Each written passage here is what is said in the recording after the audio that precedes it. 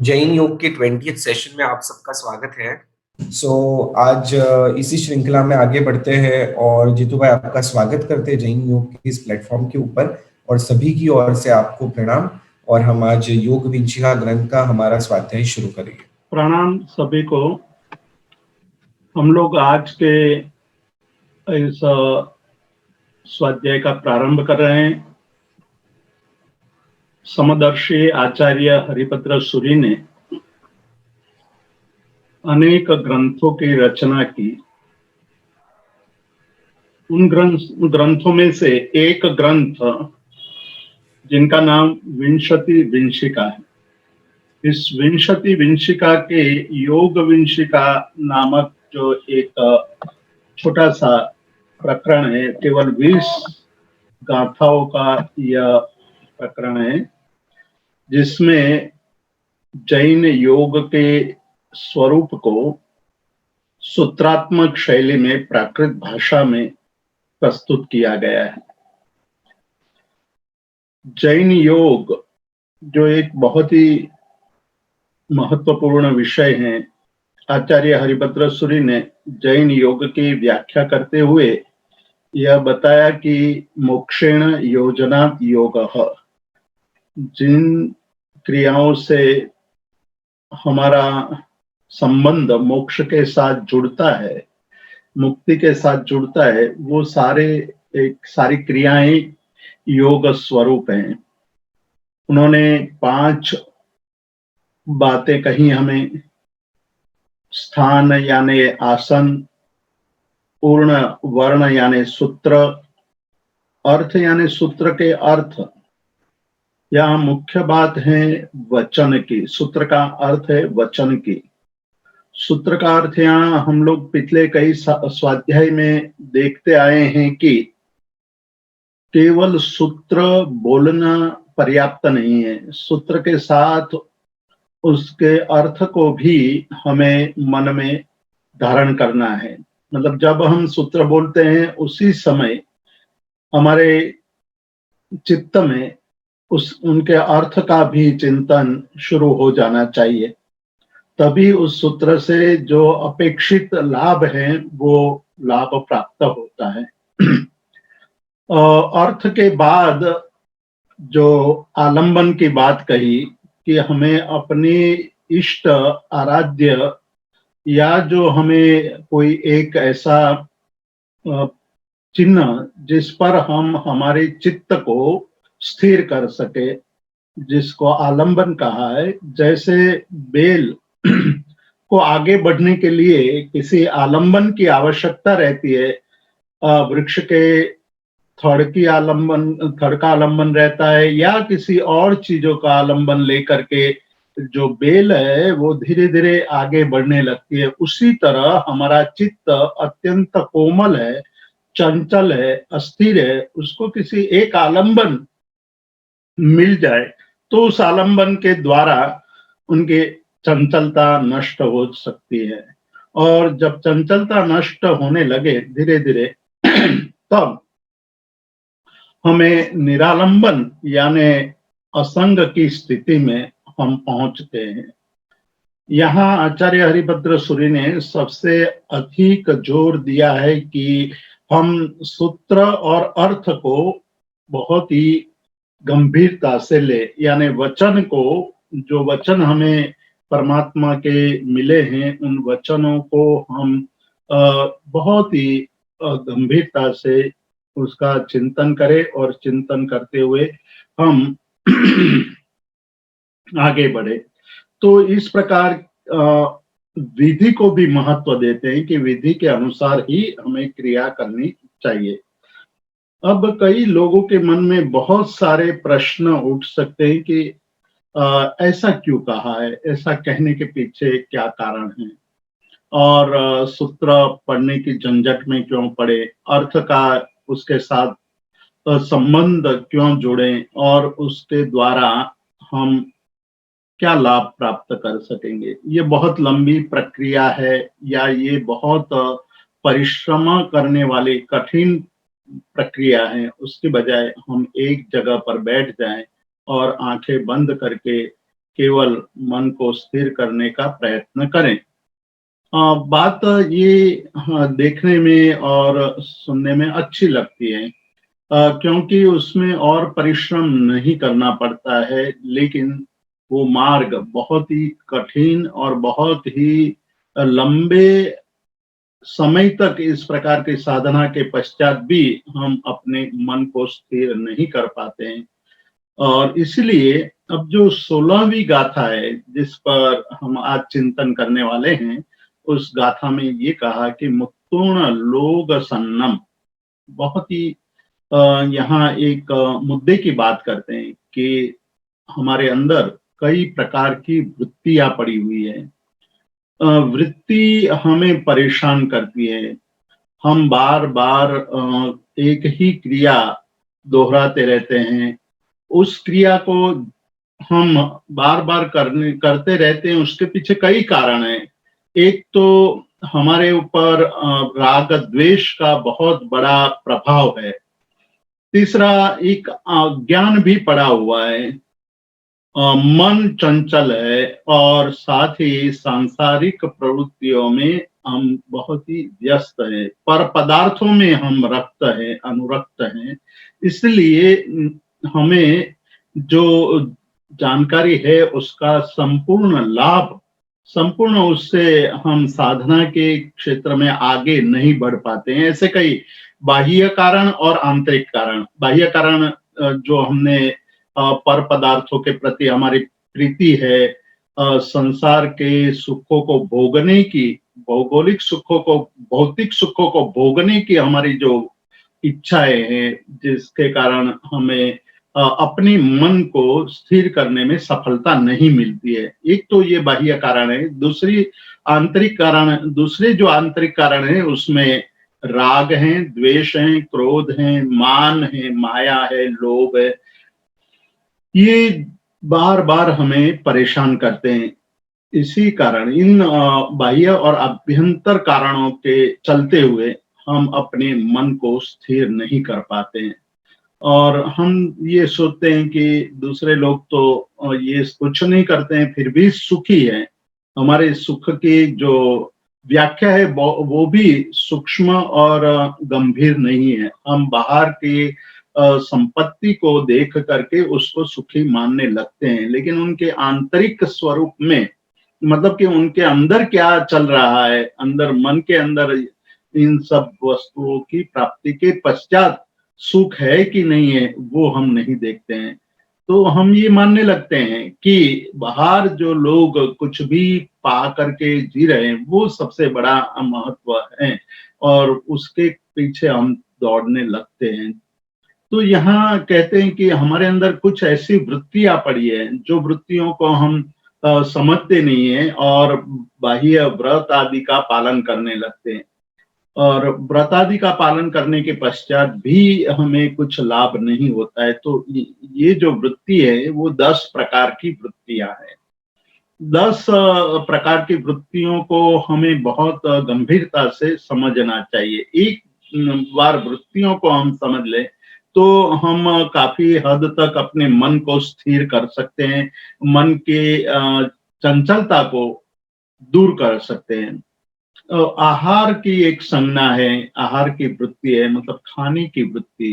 अ, जैसे ही हमें खाद्य पदार्थ का विचार आता है या खाद्य पदार्थ के हमारे इंद्रियों के संपर्क में आता है, तभी हम तुरंत अपने मन में चंचलता पैदा होने लगती है कि ये ऐसा है, वैसा है, ये खाने जैसा है, नहीं खाने जैसा। इस प्रकार की हमारे मन के अंदर विचारधारा शुरू हो जाती है। तो मन को चंचल करने वाली पहली वृत्ति, पहली संज्ञा जो हमारे अंदर अनादिकाल से पड़ी हुई है और वर्तमान काल में हम उसका बहुत गंभीरता से अनुभव भी कर रहे हैं, बहुत ही अच्छी तरह सुपरिचित है, लेकिन हम आहार संज्ञा को तोड़ नहीं सकते। आहार की जो हमारी वृत्ति है उसको तोड़ना बहुत मुश्किल है, नामुमकिन जैसा लग रहा है।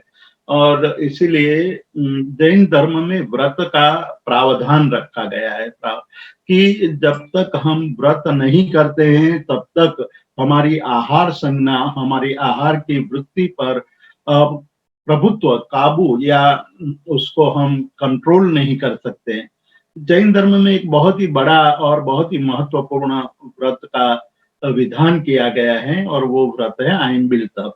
आइम्बिल तप में हम कोई भी घी, तेल आदि और गुड़, शक्कर आदि पदार्थों का सेवन नहीं करते हैं। जो एकदम रूखा सूखा है भोजन, रुष्क और शुष्क भोजन है, केवल पकाया हुआ या मतलब उसको उबाला हुआ है, वही भोजन हम करते हैं। तो उसके द्वारा हम अपने स्वाद की वृत्तियों को काबू में लाने की कोशिश करते हैं। दूसरी जो हमारे अंदर संज्ञा, वृत्ति, भावना पड़ी हुई है, वो भय की भावना है, डर पड़ा हुआ है। कई चीजों का सूक्ष्म डर पड़ा है जो हम जीवन भर उसको पालते भी हैं, पोसते भी हैं, लेकिन समझ में नहीं आता है कल क्या होगा। एक तो भविष्य की चिंता का भय है, कल का भय है। हमारी मृत्यु कैसे होगी, किस प्रकार की मृत्यु होगी, उसका एक भय पड़ा हुआ है।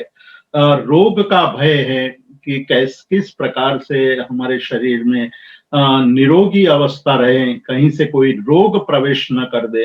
तो एक भय की संज्ञा, भय की वृत्ति निरंतर पड़ी हुई है और इस भय की वृत्ति के कारण हम योग की साधना में आगे नहीं बढ़ सकते। योग की साधना के लिए सबसे बड़ा कोई गुण हमें अपने जीवन में विकसित करने की आवश्यकता है, तो निर्भयता का, अभय का। और आचार्य हरिभद्र सूरी जैसे बहुत ही योगी संत महात्मा और अध्यात्म योगी आनंदगंज जी जैसे महान योगी भी ये कहते हैं कि अभय, अद्वेष और अखेद, ये तीन गुण हमें योग की यात्रा में प्रवेश करने के लिए अत्यंत आवश्यक है। अभय निर्भयता है, द्वेष यानी किसी के प्रति भी द्वेष ना हो, सभी जीवों के प्रति मैत्री भाव। ये मैत्री भाव बहुत बड़ा गुण है। हमारे अंदर जो राग और द्वेष पड़े हुए हैं, उस राग और द्वेष को जीतने के लिए मैत्री अत्यंत आवश्यक है। और तीसरा, खेद रहित अवस्था। खेद यानी थक जाना, ऊब जाना। हमें क्रिया करते करते, यानी कि धर्म की क्रिया करने में हमें ये लगता है कि आज अभी नहीं करना है, ये तो बहुत लंबी क्रिया है, हम इतने घंटे तक बैठ करके क्या करेंगे। वैसे मन हमारे अंदर भाव, मन में भाव पैदा होते रहते हैं। यही खेद की स्थिति है। जिनमें खेद की स्थिति यानी वो उबने लगते हैं क्रियाओं से या साधना से उबने लगता है, वो अपने जीवन में कोई भी साधना निरंतर नहीं कर पाता है। तो साधना के लिए धैर्य की आवश्यकता है, साधना के लिए उत्साह की आवश्यकता है। तो जब हमारे अंदर उत्साह और इस प्रकार के धैर्य की परिस्थिति आ जाएगी, तो साधना, योग साधना विशेष रूप से जीवन में भी ये आवश्यक गुण है। लेकिन अभी हम योग की बात कर रहे हैं, इसलिए यहाँ हम योग की चर्चा करेंगे कि योग के क्षेत्र में प्रवेश करने के लिए, साधक के लिए ये तीन गुण अत्यंत आवश्यक है। भय, निर्भयता, अद्वेष, किसी के प्रति द्वेष न रखना, अखेद यानी कार्य करने में, साधना करते वक्त, काम करते वक्त अंदर मन में उत्साह रहना चाहिए और उबना नहीं चाहिए, धैर्य रखना चाहिए। ये धैर्य और उत्साह हमें बहुत आगे तक ले जाता है। तो आहार, भय, मैथुन यानी मन के अंदर मैथुन की वृत्तियां पड़ी हुई है, उसको भी हमें उस पर भी विजय प्राप्त करना होगा। परिग्रह नाम की चौथी संज्ञा है। हर एक जीव के अंदर परिग्रह की वृत्ति पड़ी है, कम या बेसी। उस परिग्रह की आज ऐसा है, मैं थोड़ा इकट्ठा कर लूं, कल काम में आ जाएगा। और इस परिग्रह के वृत्ति के कारण जब परिग्रह करने लगता है, तब वो आवश्यकता के अनुसार परिग्रह करता है। लेकिन एक बार परिग्रह हो जाता है तो उसकी संरक्षण में पूरा जीवन चला जाता है कि ये मेरा है, उसका रक्षण करना चाहिए, वो कोई ले न जाए, कोई देख न ले, कोई मेरे लिए मेरे में से बांट न लें, मतलब उसका बंटवारा न करना पड़े, इसलिए छुपाने की वृत्ति आती है, झूठ बोलने की वृत्ति उत्पन्न हो जाती है। लेकिन इन सब के मूल में देखा जाए तो ये परिग्रह का भाव है। तो इन 4 संज्ञा मुख्य संज्ञा, उसके बाद की 4 संज्ञा है जो कषाय के 4 स्वरूप है, वही संज्ञा के रूप में यहाँ लिया है। यानी कि क्रोध नाम की संज्ञा है, यानी क्रोध हम कई बार कई छोटी छोटी बातों में क्रोधित हो जाते हैं, और क्रोध की संज्ञा इतनी हमारे मन में कूट कूट के पड़ी हुई है कि हम हमारी इच्छा के विरुद्ध किसी कोई कार्य बन जाए, या हम हमारे जो प्रिय वस्तु है उसका वियोग हो जाए, तब हमारे अंदर एक क्रोध की भावना पनपती है, क्रोध की भावना जागृत हो उठती है।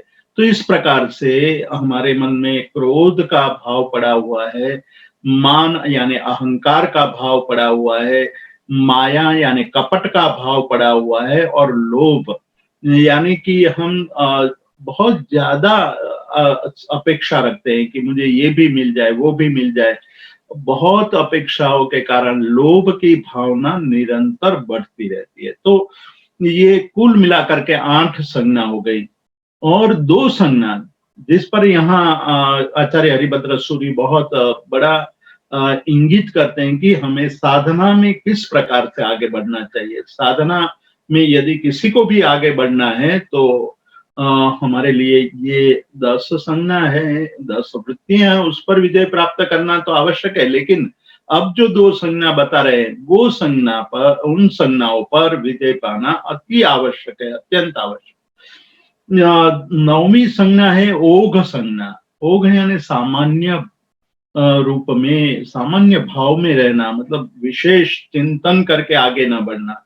कोई भी क्रिया करते वक्त हमारे अंदर विवेक जागृत रहना चाहिए कि यह क्रिया मैं किस लिए कर रहा हूं, और इस क्रिया को किस प्रकार से करनी चाहिए, इस क्रिया के क्या लाभ है, क्या गैर लाभ हो सकता है यदि मैं विधि पूर्वक नहीं करता हूं। तो ओघ संज्ञा, ओघ घ ओघ संज्ञा से मुक्ति पाना, मतलब सामान्य रूप से हमने मतलब कई बार ये देखा है कि हम बहुत गहराई में जाना नहीं चाहते हैं, और हम ऊपर ऊपर से ही अपने क्रियाओं को खत्म कर देते हैं। लेकिन इतना पर्याप्त नहीं है। एक क्रिया, कोई भी एक क्रिया लें, उस क्रिया के, या उस क्रिया का मतलब है यहाँ साधना, कोई भी साधना करें तो उस साधना के गंभीरता, साधना के स्वरूप को बहुत गहराई से हम सोचेंगे तो हमें बहुत बड़ा लाभ हो सकता है।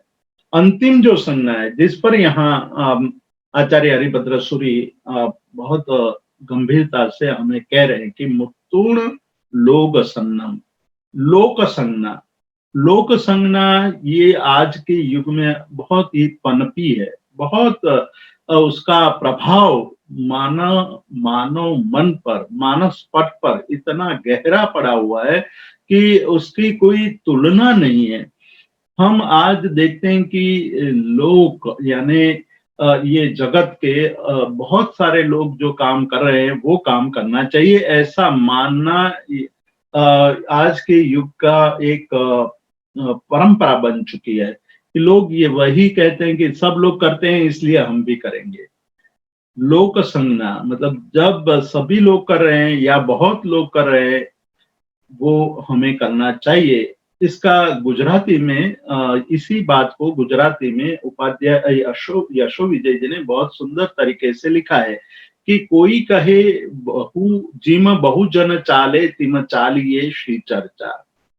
कितनी अच्छी बात कर रहे हैं कि मानस पट पर ऐसी भावनाएं जो हमारे अंदर पड़ी हुई है वो किस प्रकार से हमारी साधना को दूषित करती है, किस प्रकार से हमारी साधना को आगे जाने से रोक देती है।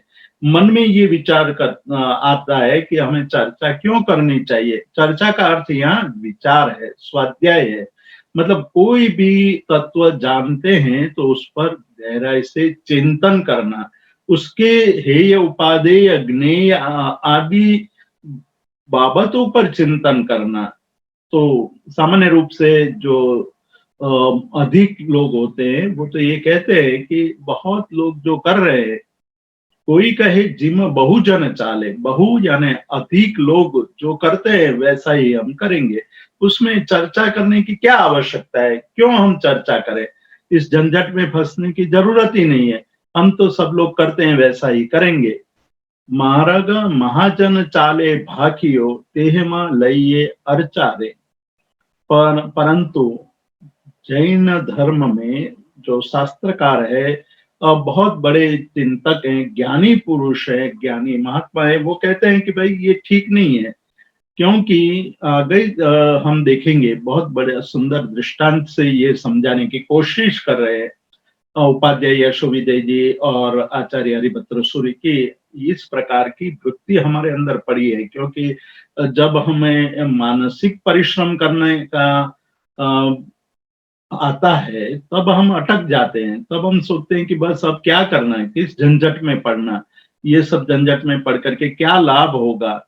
लेकिन जैसे जैसे ज्ञान बढ़ता है वैसे वैसे क्रिया शुद्ध होती जाती है, श्रद्धा बढ़ती है, भक्ति गहन बनती है। इसीलिए ज्ञान को समझ को बहुत ही बड़ा महत्व दिया गया है कि आप अपने जीवन में इस प्रकार के वृत्ति रखो, हर बात में जिज्ञासा वृत्ति कि क्यों कहा है, क्यों करना चाहिए, कैसे करना चाहिए, उसके क्या लाभ हैं, उस वैसे विधि पूर्वक नहीं करने से कौन से गैर लाभ हो सकते हैं, आदि आदि।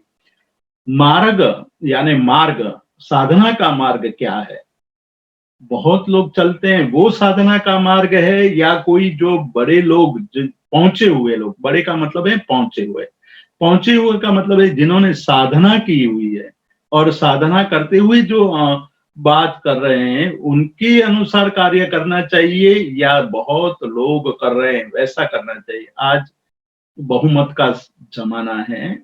आज हम जब भी कोई प्रश्न उपस्थित होता है तो हम कहते हैं कि भाई वोटिंग करो, वोटिंग में जिसको ज्यादा वोट मिले वही सत्य है। लेकिन इसमें बहुत बड़ी समस्या भी है, बहुत बड़े प्रश्न भी खड़े हो सकते हैं। तो इसकी बात यहाँ करते हैं कि मार्ग तो हमारे आत्म कल्याण का, साधना का मार्ग तो महाजन यानी जो बड़े लोग हैं, बड़े लोग का मतलब मैंने यहाँ फिर से मैं दोहराता हूं कि बड़े लोग का अर्थ है जिन्होंने अपने जीवन में साधना की हुई है, साधना करके पहुंचे हुए हैं, वैसे लोग बड़े लोग हैं।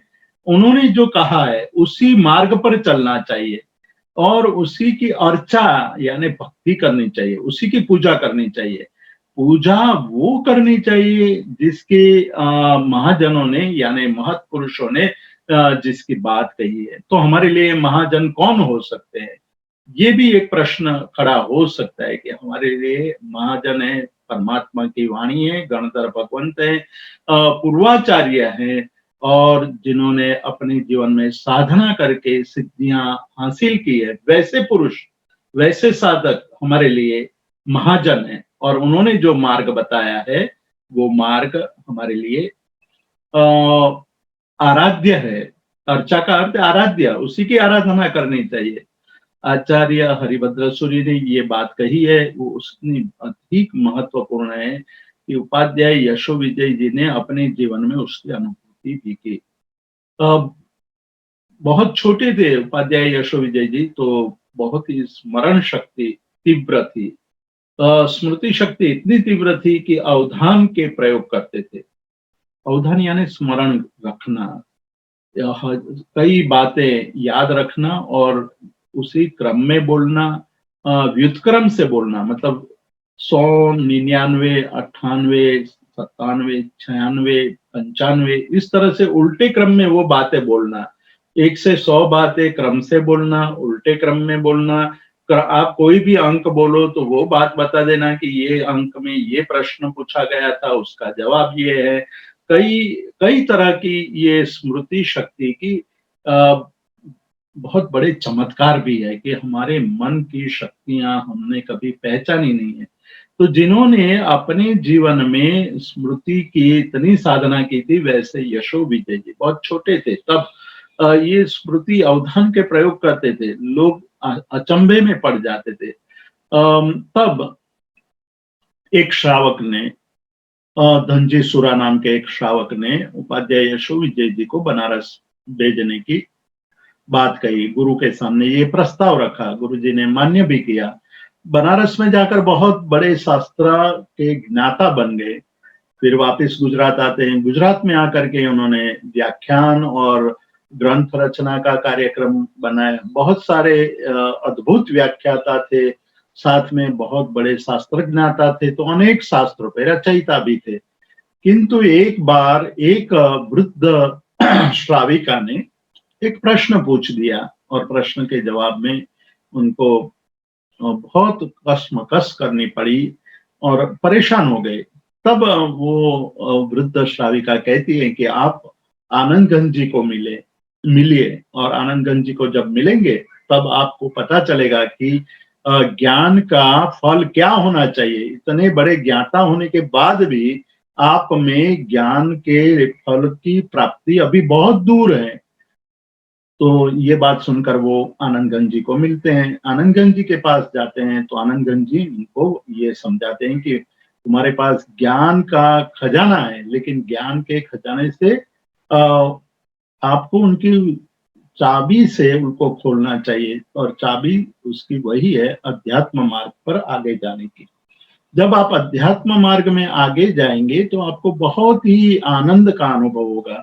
और तब उपाध्याय यशो विजय जी लिखते हैं कि मुझे जब आनंदगंज जी का संपर्क हुआ तब मुझे मेरी आंखें खुली और मुझे ज्ञान का सही अर्थ समझ में आया। तो पूरी जिंदगी ये उपाध्याय यशो विजय जी का और आनंदगंज जी का समागम अंतिम अवस्था में हुआ है उपाध्याय यशो विजय जी के। तो वो कहते हैं कि मुझे तो बहुत ही आनंद हुआ। आज तक मैं जो ज्ञान लेकर के घूम रहा था वो तो मेरे अहंकार का निमित्त बन रहा था। अब मुझे समझ में आया कि आत्म साक्षात्कार या आत्मानुभूति या पर पदार्थों से मुक्त होकर स्व में लीन होने के लिए हमें बहुत ही प्रयास करना पड़ता है। तो ये कहते हैं कि आगे चल करके कहते हैं कि महाजन तो वही है। तो आनंदगंज जी महाजन थे, उस मार्ग पर चलने की कोशिश की यशो विजय जी ने, तो वो यशो विजय जी पर भी महाजन बन गए। इसलिए कहते हैं कि हमें ऐसा नहीं बोलना चाहिए कि जो बहुत लोग करते हैं वो हम करेंगे, बहुत लोग गलत भी कर सकते हैं। तो बहुत लोगों की बात यदि आप मानते हैं तो इस संसार का एक सुंदर दृष्टांत यहाँ उपाध्याय यशो विजय जी देते हैं कि संसार में सम्यकदर्शी यानी समकित जीव कितने हैं और मिथ्यात्वी कितने हैं। संसार की यदि सभी जीवों के सम्यक्त्वी और मिथ्यात्व की अपेक्षा से विभाजन किया जाए तो 99% लोग तो मिथ्यात्वी होंगे, और उस मिथ्यात्वी की संख्या बढ़ जाएगी। और मिथ्यात्वी की संख्या यदि आप बहुमत में विश्वास करते हैं तो मिथ्यात्व को ही सही मानना पड़ेगा। सम्यक्त्वी तो बहुत कम है, बहुत ही कम सम्यक्त्वी है। और यहाँ ये कहा कि तब तो ये बहुत बड़ा प्रॉब्लम आ जाएगा कि सम्यक दर्शन तो गलत है, मिथ्या दर्शन ही सही है। इसलिए कहते हैं कि बहुमत को स्वीकार करना हमेशा सही नहीं हो सकता है। दूसरा दृष्टांत देते हैं कि आर्य कितने हैं और अनार्य कितने हैं। आर्य का अर्थ है कि जो व्रत आदि को आचरण करने जैसा मानते हैं, और जो अनार्य वह है जो हिंसा करके और कुछ भी करके अपने जीवन को सुखी करने की अपेक्षा रखते हैं, वो सारे अनार्य हैं। तो इस संसार में आर्य बहुत कम है, अनार्य बहुत ज्यादा है। तो अनार्य ही धर्म हो जाएगा, आर्य अधर्म हो जाएगा। आर्य में भी जैन बहुत कम है, तो जैन कम होने की अपेक्षा से वो भी गलत हो जाएगा। अजैन बहुत है, उसमें भी जैन में भी कहते हैं कि श्रमण बहुत कम है, गृहस्थ ज्यादा है, तो गृहस्थ मार्ग सही हो जाएगा, श्रमण मार्ग गलत हो जाएगा यदि हम बहुमत को प्राधान्य देते हैं। तो यहाँ कहते हैं कि ये बात बहुत गलत हो जाएगी। इसलिए अंत में कहते हैं कि यदि साधना करनी है तो अज्ञान से मुक्त होना पड़ेगा। अज्ञानियों से कभी मार्ग की रक्षा नहीं होती है।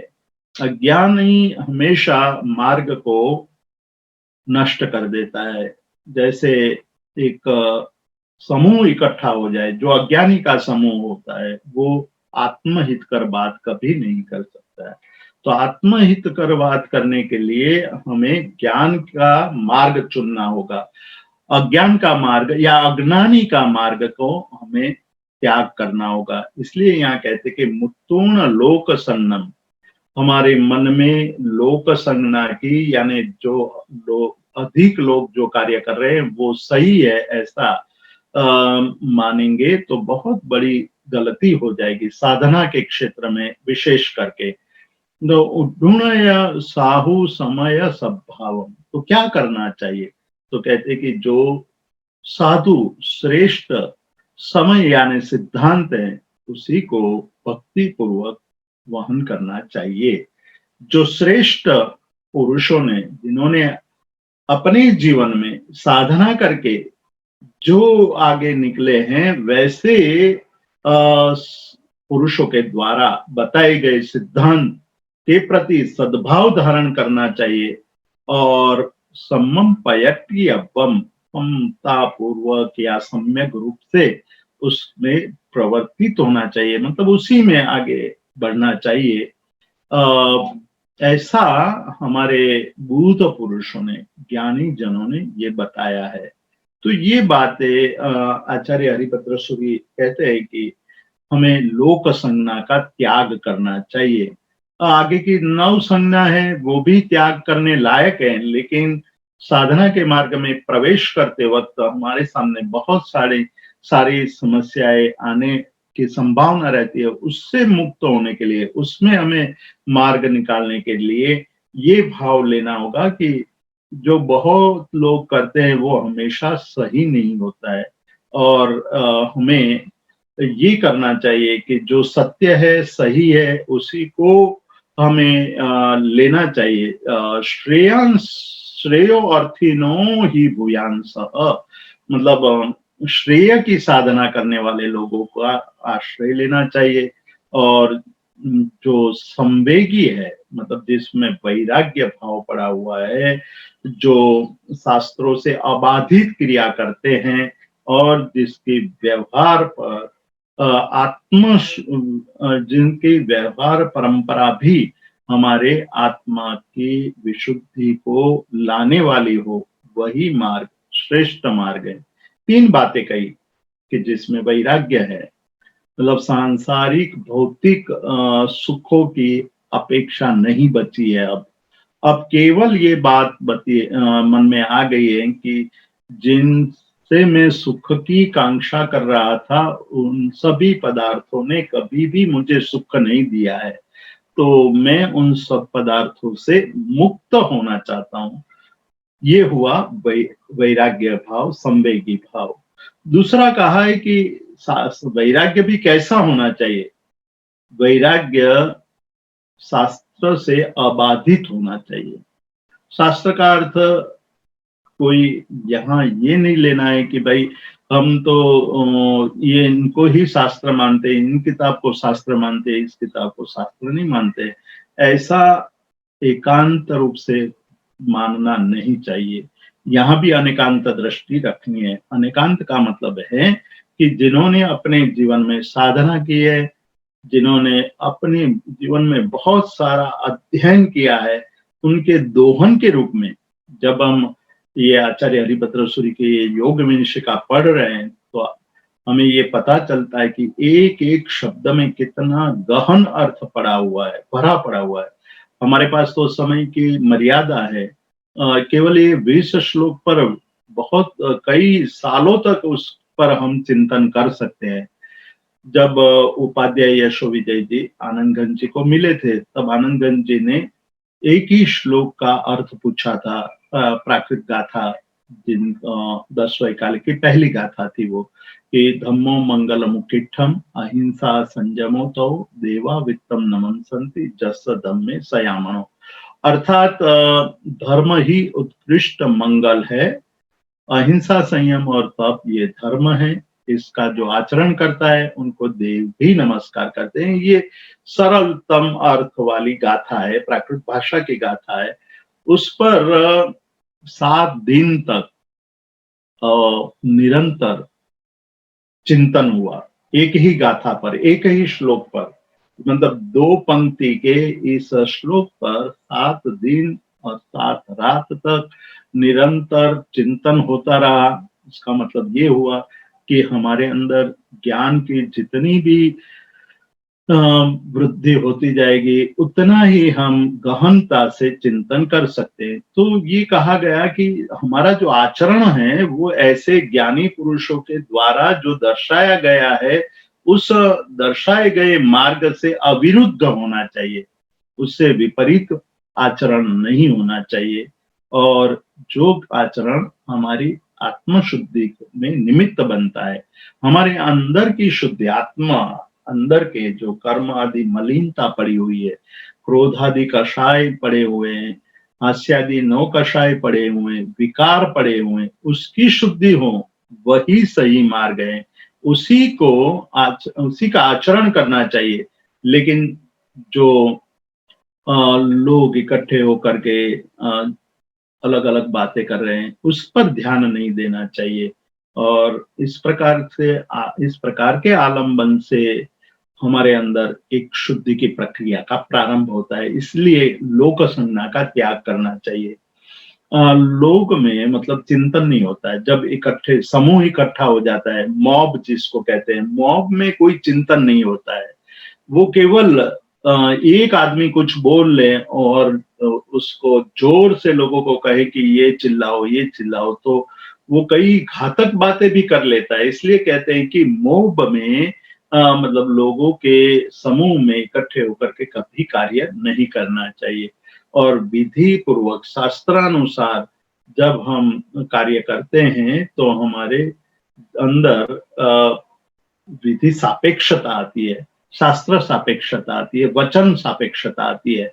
और वचन सापेक्षता से हमारा मार्ग प्रशस्त बनता है। और इस प्रशस्त मार्ग के हमारे अंदर एक प्रकार की शुद्धि शुरू हो जाती है। और वो शुद्धि हमें आगे चल करके हमारे जीवन को भी बहुत सुंदर एक दिशा देती है।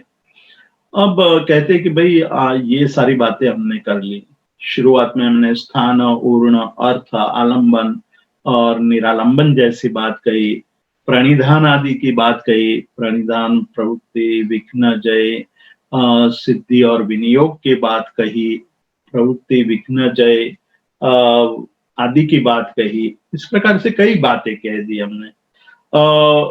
इसके लिए अब जो भी कार्य करें हम जीवन में, दिन भर में जो भी कार्य करें, वो हमारे हित के बाद कार्य होने चाहिए, जिससे हमारा अंदर का कल्याण हो सके।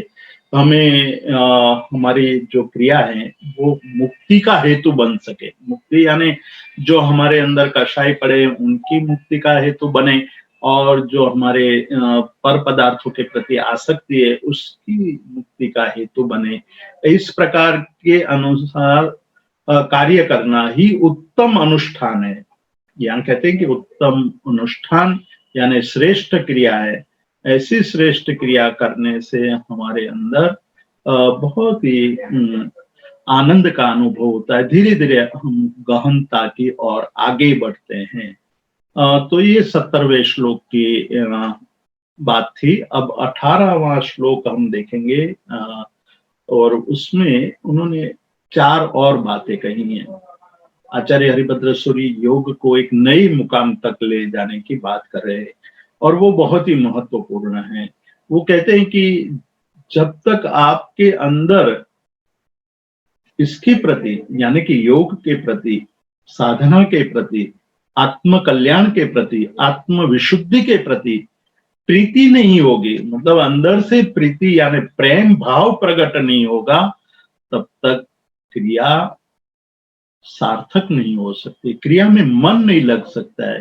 प्रीति पहला लक्षण है। इसीलिए कहते हैं कि हमारे अंदर कोई भी कार्य के प्रति प्रेम पैदा ना हो तब तक उस कार्य में गहनता नहीं आ सकती है। मतलब विद्यार्थी जब विद्या का अर्जन करता है तो वो विद्या का अर्जन इसलिए कर रहा है कि इस विद्या से मुझे भविष्य में बहुत बड़ा लाभ, मतलब बहुत बड़ा धन मिलेगा, इसलिए वो बहुत मेहनत करता है, रात दिन मेहनत करता है। तो उनकी जो प्रीति है वो धन के प्रति प्रीति है, इसलिए प्रवृत्ति हो रही है विद्या के अर्जन की। एक व्यापारी इतना बड़ा प्रयास करता है, बहुत लंबे लंबे प्रवास करता है, बहुत लंबे लंबे घंटों तक कार्य करता है, क्योंकि उनको प्रीति है पैसों के प्रति, प्रतिष्ठा के प्रति, समाज में अपने नाम के प्रति जो बहुत बड़ी प्रीति है, उस प्रीति के कारण इतना कार्य हो रहा है। तो इस संसार में जो काम हो रहे हैं वो प्रीति के कारण हो रहे हैं। उसी तरह यदि हमारे जीवन में, हमारे अंदर प्रीति नहीं होगी तो कोई कार्य नहीं होगा। इसीलिए आनंदगंज जी जब बात करते हैं तो ये बात बहुत ही महत्व की करते हैं कि ऋषभ जिनेश्वर प्रीतम मारो और न चाहू रेकन।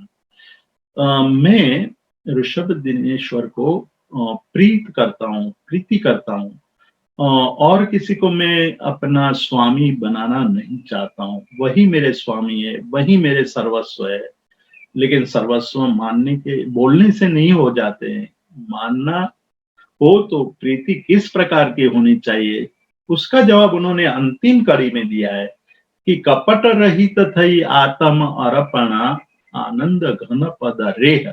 रेह यानी रेखा, रेखा यानी मार्ग, यानी ये मार्ग है, उस मार्ग पर चलने से प्रीति सही बनती है। मतलब निष्कपट भाव से, अंदर कोई कपट हो और प्रीति का भाव दर्शाए हम, तो वो प्रीति लंबी नहीं चल सकती है।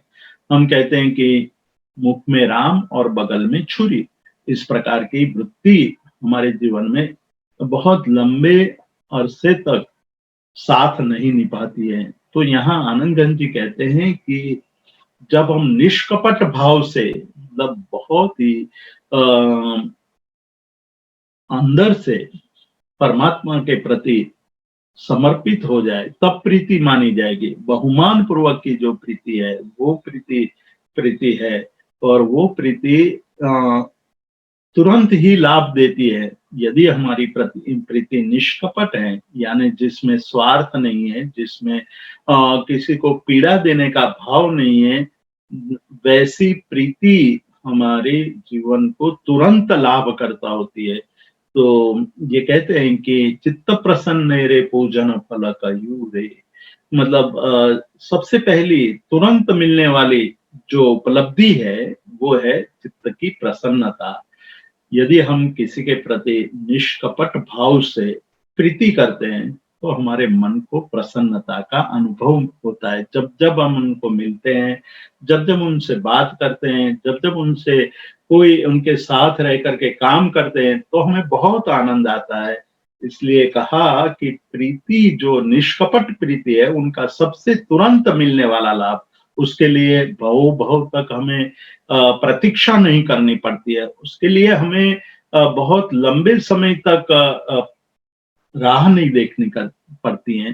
तो ये बात हमें बहुत ही ध्यान देने योग्य है कि प्रीति वो योग मार्ग में प्रवेश करने का पहला लक्षण माना गया है, और वो प्रीति की हमें योग साधना के द्वारा आत्म विशुद्धि करनी है। आत्म विशुद्धि के लिए जो क्रिया हो रही है वो उसके प्रति प्रीति होनी चाहिए, और प्रीति होगी तो आगे की एक एक कक्षा बढ़ती जाएगी। लेकिन सबसे पहले प्रीति आवश्यक है, और ये प्रीति यहाँ आचार्य हरिभद्रासुरी ने कहा कि भाई ये स्थान, ऊर्ण, अर्थ, आलंबन, निरालंबन, ये सारी पांचों बातें कही है, पंचांग योग कहा है।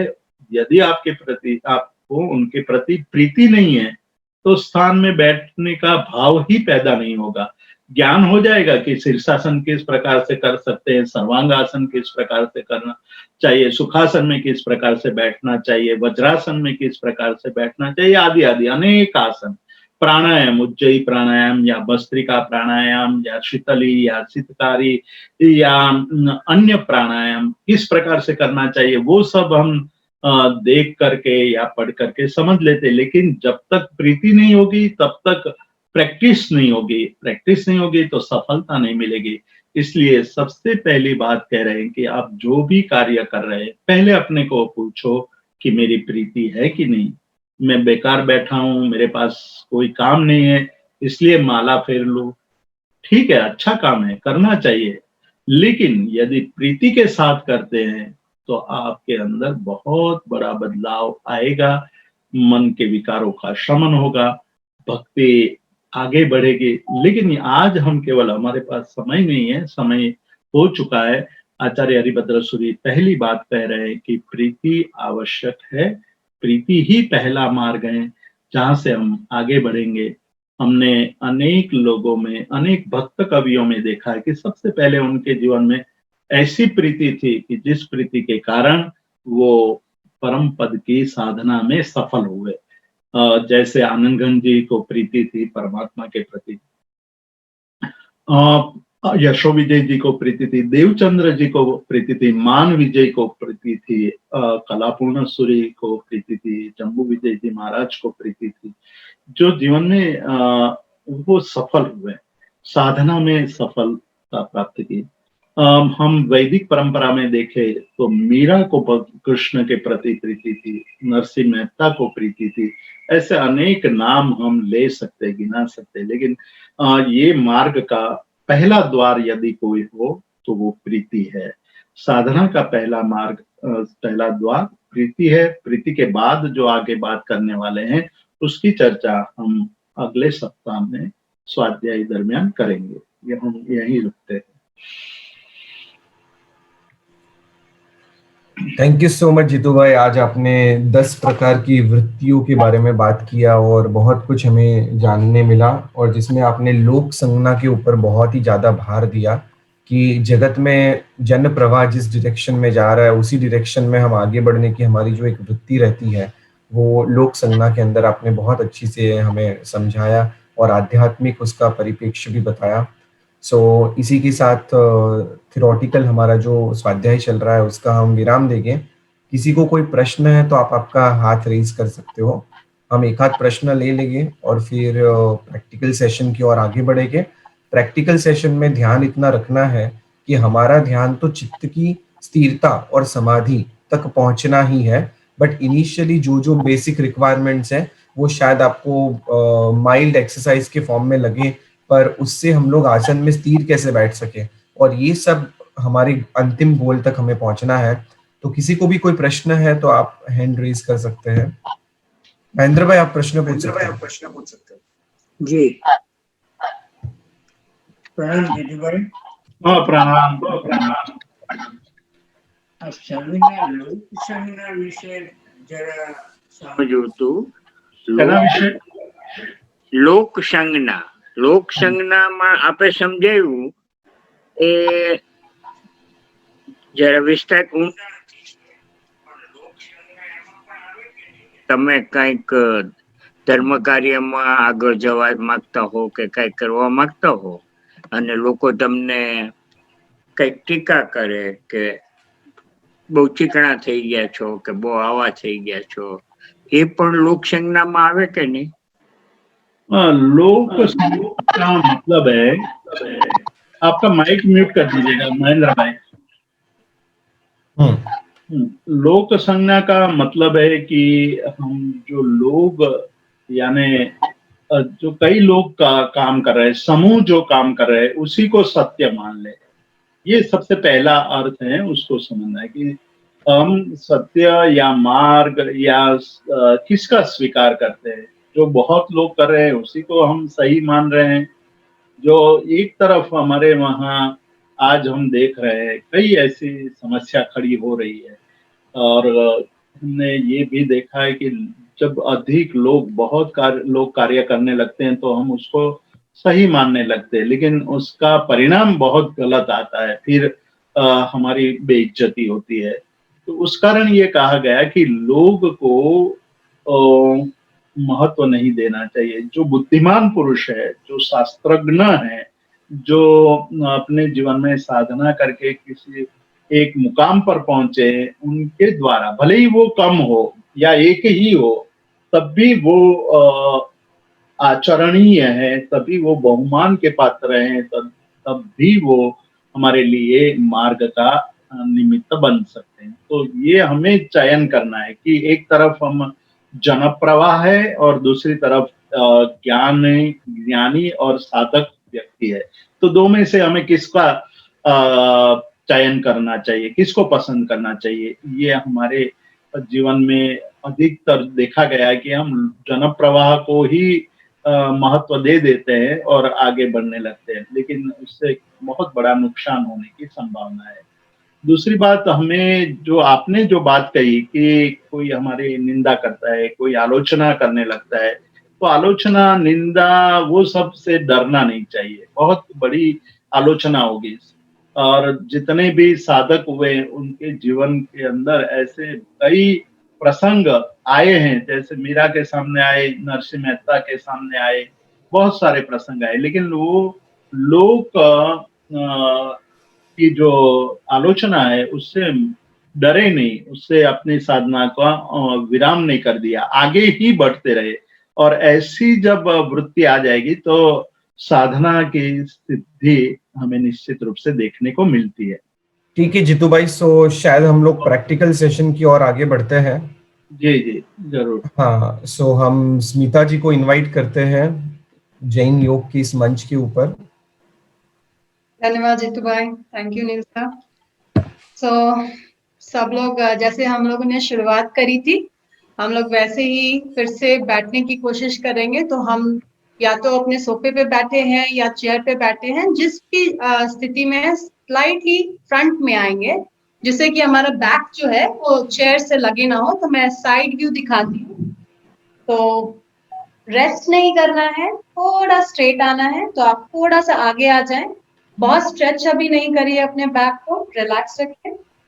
अब आप इस स्थिति में आने के बाद अपना जो बेस होता है, मैं थोड़ा पैन आउट कर रही हूँ, ये जो हमारा जो बटक है इसको हम लोग थोड़ा प्रेस करेंगे। जैसे भी स्थिति में है हम उसको जस्ट प्रेस करके बैठेंगे। इसको प्रेस करते ही हम ये नोटिस करेंगे कि हमारा बैक भी है थोड़ा राउंड हो गया है, बट दैट्स ओके। ये राउंड होने के बाद हमें सिर्फ अपने चेस्ट को थोड़ा सा स्ट्रेच करना है, स्पाइन को स्ट्रेच करना, और ये हमारा स्ट्रेट बैठने का पोजीशन है। याद रखिए, पहले सही स्थिति में आने के लिए आपको थोड़ा अपने बटक को प्रेस करना है। जब आपका बेस फर्म हो जाएगा, जब ये स्थिति अपने जो बेस है वो चेयर के अगेंस्ट प्रेस हो जाएगी, तो धीरे से स्पाइन को स्ट्रेच करना है। और बहुत स्ट्रेच करके आर्च करना है ऐसा नहीं है। रिलैक्स पोजीशन में जो हम स्ट्रेच करते हैं, उसी स्थिति को हम ज्यादा देर तक ले जा सकते हैं, जो हमारे ध्यान की प्रक्रिया को बिना किसी पेनफुली हम लोग उसको ज्यादा देर तक रह सकते हैं और प्राणायाम कर सकते हैं। तो याद रखिए कि बहुत आर्च नहीं करना है और बहुत राउंड नहीं करना है, जस्ट चेस्ट को उठा के स्पाइन को स्ट्रेच करके सीधे बैठना है। अब हम आज सारी जो प्रैक्टिसेस हैं हम लोग इसी सीटेड पोजीशन में ही सीखेंगे। तो मेक श्योर कि आपकी फीट जो है वो फ्लैट हो, या तो आप कार्पेट पे हैं या फ्लोर पे हैं, बट फ्लैट हो। जैसे मैं अगेन पैन आउट करती हूँ थोड़ा नीचे, सो मैंने अपने लेग्स को फ्लैट रखा है इस तरह से। अब थोड़ा डिस्टेंस होना चाहिए पैरों के बीच में, जुड़ा के ना रखें, थोड़े से डिस्टेंस के साथ रखें। और जैसे ही अगर आप रखिए तो आप देखिएगा ये आपका थाइस है वो स्ट्रेट है, इट्स नॉट ऐसे रोल करके नीचे की तरफ झुका हुआ नहीं है, ऐसे स्ट्रेट है। तो इस पोजीशन में बैक फर्म है और बेस फर्म है। इसमें हम धीरे धीरे अपने एक पैर को लेके अपने पैरों की उंगलियों को ऐसे स्क्वीज करेंगे और रिलीज करेंगे। एक लेफ्ट या राइट, जिस पैर को भी आप लेना चाहते हैं, उठा के थोड़ा स्क्वीज करें, रिलीज करें, स्क्वीज रिलीज स्क्वीज। मेरे साथ प्रैक्टिस करेंगे तब आपको थोड़ा ज्यादा समझ में आएगा। दूसरे पैर को 4 बार स्क्वीज करें, रिलीज करें, स्क्वीज रिलीज, स्क्वीज रिलीज। अब रिलैक्स करें। इसी तरह से पैरों की उंगली के बाद हम पैरों के एंकल को घुमाएंगे। सो पहले सिर्फ एक पैर लेंगे, उसके लिए आप अगर आपको सपोर्ट चाहिए तो आप साइड में पकड़ सकते हैं या जस्ट हैंड्स को ये अपने थाइस पे रख करके धीरे से लेफ्ट या दाहिने या बाएं पैर को, किसी भी पैर को स्ट्रेच करके ऐसे रोटेट करना है एंकल को। तो धीरे धीरे रोटेशंस है, ऐसे एंकल को रोटेट करते ही रहना है। फुल रोटेशन होना चाहिए, जहां कि आपको लगे कि पैर का ये पूरा ये फ्रंट में जा रहा है, दाहिने बाएं चारों तरफ जा रहा है। Continuously 10 times. उसके बाद उल्टी दिशा में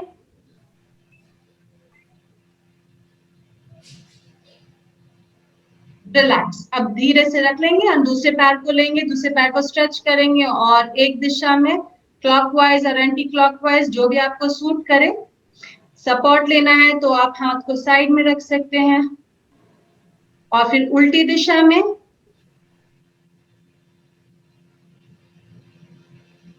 रिलैक्स। और अगर आप दोनों पैर को लास्ट के गेम में दोनों पैर को अगर स्ट्रेच करके कर सकते हैं तो आप दोनों पैर को करें, जैसे कि जस्ट आप उठा करके दोनों पैर को। अगर नहीं हो पा रहा तो एक पैर ही काफी है। हमने अपने स्क्वीज किया फिंगर्स को, एंकल्स को, अब हम ऊपर की तरफ आएंगे, अपने घुटनों की तरफ आएंगे। अगेन एक पैर से अभ्यास शुरू करना है तो पहले हम अपने बाएं पैर से शुरू करते हैं। तो जैसे यहाँ अपने घुटनों से हम इसको स्ट्रेच करेंगे लेग को। जब हम स्ट्रेच करें तो ये ध्यान रहे ये जो टो फिंगर है ये सीलिंग की तरफ हो, ना कि आउट। सीलिंग की तरफ दिशा इसकी हो। और उसके बाद रेस्ट करेंगे, पूरी तरह से रख सकते हैं, फिर से स्ट्रेच करेंगे, फिर से रखेंगे, स्ट्रेच करेंगे, रखेंगे से आपका घुटना और अपने थाइस बैक साइड और आपका ग्लूट्स सारे मजबूत होते हैं। स्ट्रेच करेंगे, रखेंगे, स्ट्रेच करेंगे, रखेंगे, फिर से स्ट्रेच करेंगे। तो इस तरह से मैं 6 बार कर रही हूं आज के लिए। फिर से दूसरे पैर को स्ट्रेच करके 1, again stretch 2, down, stretch 3, down, stretch 4, down, stretch 5, down, stretch 6, relax. Now, यहाँ से अभी हम पहले अपना थोड़ा जो अवेयरनेस है ब्रेथ पे लाएंगे। So, अभी हमारी ब्रीदिंग क्या है उसको जानने के लिए अगेन जैसे कि मैंने लास्ट क्लास में बताया, अपने 1 इंडेक्स फिंगर को अपने नोस्ट्रल के अंदर रख के जस्ट नीचे रख करके सीधे सांसों को छोड़ेंगे और महसूस करेंगे सांसों को। 2 बार करिए, फिर से सांस लीजिए, सांस छोड़िए। अब आपका अवेयरनेस इंस्टेंटली आ गया। जैसे ही आप इस तरह से आप अपना ब्रीदिंग करते हैं तो तुरंत अवेयरनेस आ जाता है। तो अब आप हाथ को रखिए, फिर भी वैसी ब्रीदिंग इन और ब्रीदिंग आउट करते रहें। एक बार और। तो यहाँ पे 2 चीजें आपको देखनी है। जब हम ब्रीदिंग सांस लेते हैं तो एक तरह का चेस्ट पे एक्सपेंशन होता है और जब सांस छोड़ते हैं तो यहाँ से चेस्ट रिलैक्स हो जाता है, क्योंकि सांस को लेते हुए चेस्ट ऊपर आता है और सांस को छोड़ते हुए चेस्ट रिलैक्स हो जाता है। अब इसको महसूस करने के लिए हम अपने बाएं हाथ को अपने चेस्ट के ऊपर रखेंगे।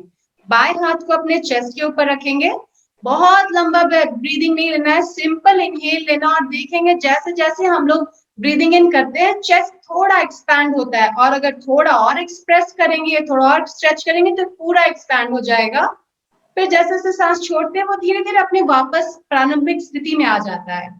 फिर से लेंगे 3 बार मेरे साथ, ब्रीदिंग इन करते हुए, ब्रीथ आउट करते हुए रिलैक्स। पूरा मन ध्यान केंद्रित रखना है। ये प्रक्रिया अनवरत हो रही होती है पूरे दिन जब तक हम लोग ब्रीदिंग इन करते हैं। बस बिकॉज हमने अपना हाथ यहाँ रख लिया है, हम इसके लिए बहुत अवेयर हो गए हैं, कॉन्शियस। एक बार और। अब ये हाथ को रखा, अब अपने थाइस पे वापस रख के सीधे वैसे ही प्रक्रिया कंटिन्यू रखेंगे। ब्रीदिंग इन, सो सांसों को लेते हुए चेस्ट एक्सपैंड, छोड़ते हुए वापस से सेटल डाउन, दैट्स ऑल।